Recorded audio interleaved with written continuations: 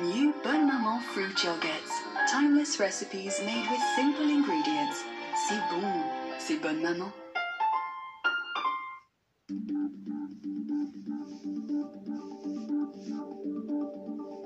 Invest as little as £1 in the world's greatest companies with zero commission and zero fees, only with Trading 212. Buy stocks with a single tap.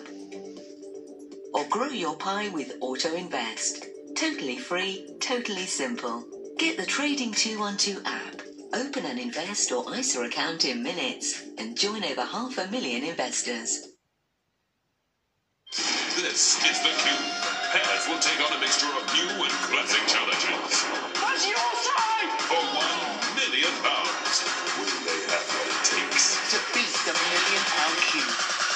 The £1 million Cube. This October on ITV and ITV Hub.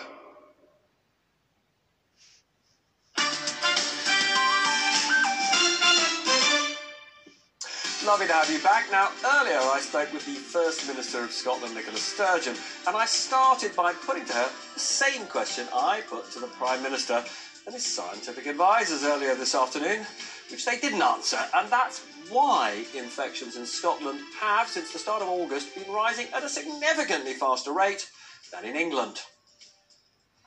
I'll give you, I think, 3 reasons. Just a bit of context, first of all. The rate of increase in recent weeks has been faster, you're right about that, but overall levels of infection are not higher in Scotland than they are elsewhere in the UK. They're broadly comparable now to England and actually quite a bit lower at this stage than Wales and Northern Ireland.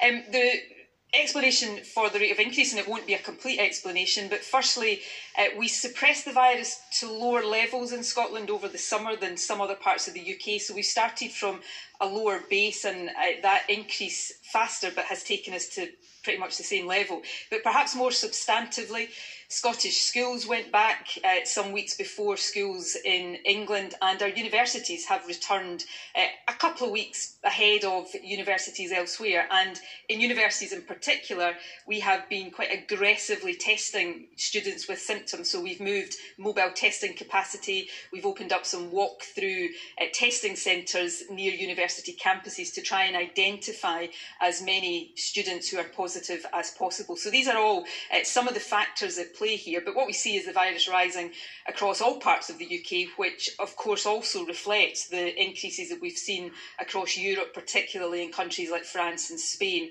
in recent weeks. Now, obviously, education is devolved. Do you have any regrets about allowing universities to reopen, get students back when they did?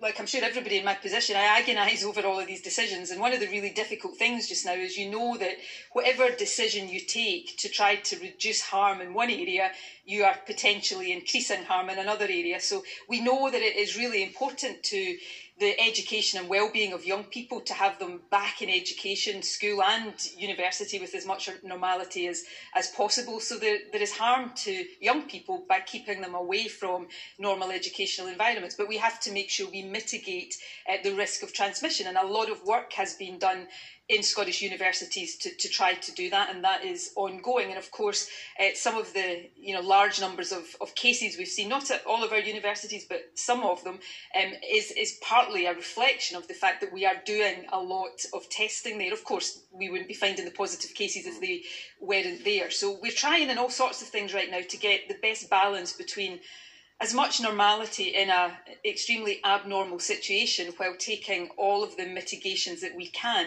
to keep the virus as suppressed as possible. Now.